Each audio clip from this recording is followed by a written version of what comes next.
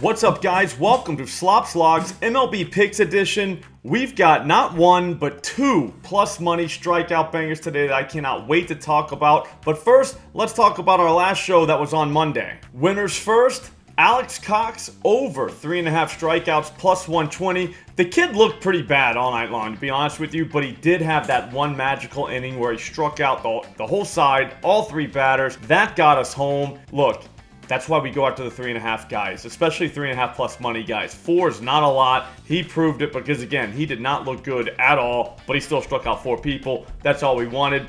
The other guy did not do so great. It was Jared Young, over 1.5 total bases, plus 155. Here's the thing, though. The Cubs gave him a chance. Like, they moved him up to third in the order for that game, which he had not been doing. He was like a bottom of the order guy, and we did catch him at the right time. He was smashing balls, but he just didn't quite get there. He actually got hit by a pitch, and he stole a base, so it wasn't like he wasn't trying, but again, we needed 2 total bases. It would have been a sweet, sweet plus 155 winner too, but just didn't happen. But we'll go back to that guy. He wasn't that bad. He just had a rough day. I think we should just move on to the plus money bangers for tonight, but before we do that, subscribe to this channel. You like betting sports. I like betting sports. I like talking about betting sports. We do shows almost every day of the week, and it's past 4th of July now, so that means NFL content to think about. Subscribe. So we're kind of staying up late tonight since our first pitcher bet is going to be on Seth Lugo, 6+ Ks, plus 106 at FanDuel. Here's the thing with this guy, he's kind of coming off an injury. The next guy's like that too. I don't think that's going to be a problem. I know a lot of people don't like to go after guys that are coming off injuries, but he's already started like 3 times since he came back, so I think we're good now. We're in the clear. The injury stuff's behind him. I know he's only gone 6+ once since coming back, but it's not really his fault. Like, for starters, they don't let him throw 66 pitches in his first start back. He still sat down 5, so there is that. The next time he pitched, he was allowed to throw 84 pitches, which is good, but it was against the Washington Nationals, who really don't strike out enough. Again, he still got 4 of those guys, so he is striking people out. Anyways, the last time out, he struck out 6 Cincinnati Reds. He was able to throw 94 pitches, which is a healthy pitch count. 6 Reds is pretty good because they're not really a strikeout team anymore. I think it's safe to say that Seth Lugo is back. And it's just in time, too, because this really isn't even about Seth Lugo. This is about the Los Angeles Angels. Over the last week, no team in Major League Baseball has struck out more than they have. We're talking 67 strikeouts in just 197 at-bats. What is that about? Look at the graphic.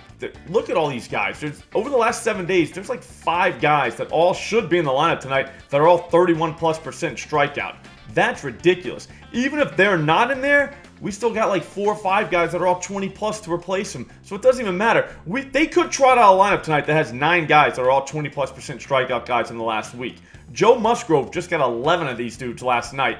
His highest before that this season was 8. So they are a prime target. I think Seth Lugo for 6 plus 106 is a great deal. We should definitely do that. Next, we have Alex Cobb, 6+ strikeouts, plus 122, also at FanDuel. This is another guy that's on the mend.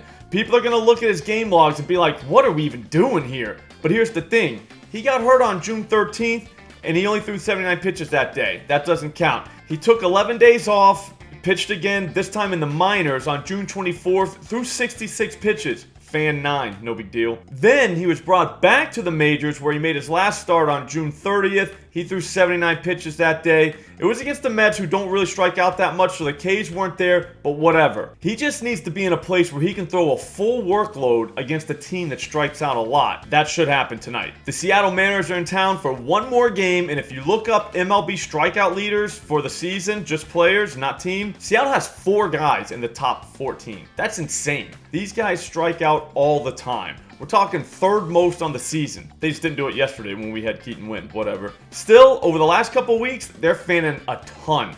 Look at the guys in the graphic. There's 5 of them. All could be in the lineup. We really want Dylan Moore in the lineup, and he could be in there. They're a swing and miss team. That's the thing about him. And Cobb is a guy that can make you chase. So there's that too. I think at plus 122, we have to take 6+, even though we hate going 6+. We're going to do it twice tonight.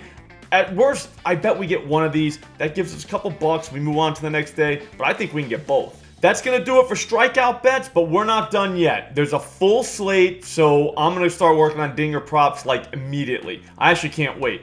Make sure you're subscribed to the channel because you don't want to miss that. I'll see you guys later.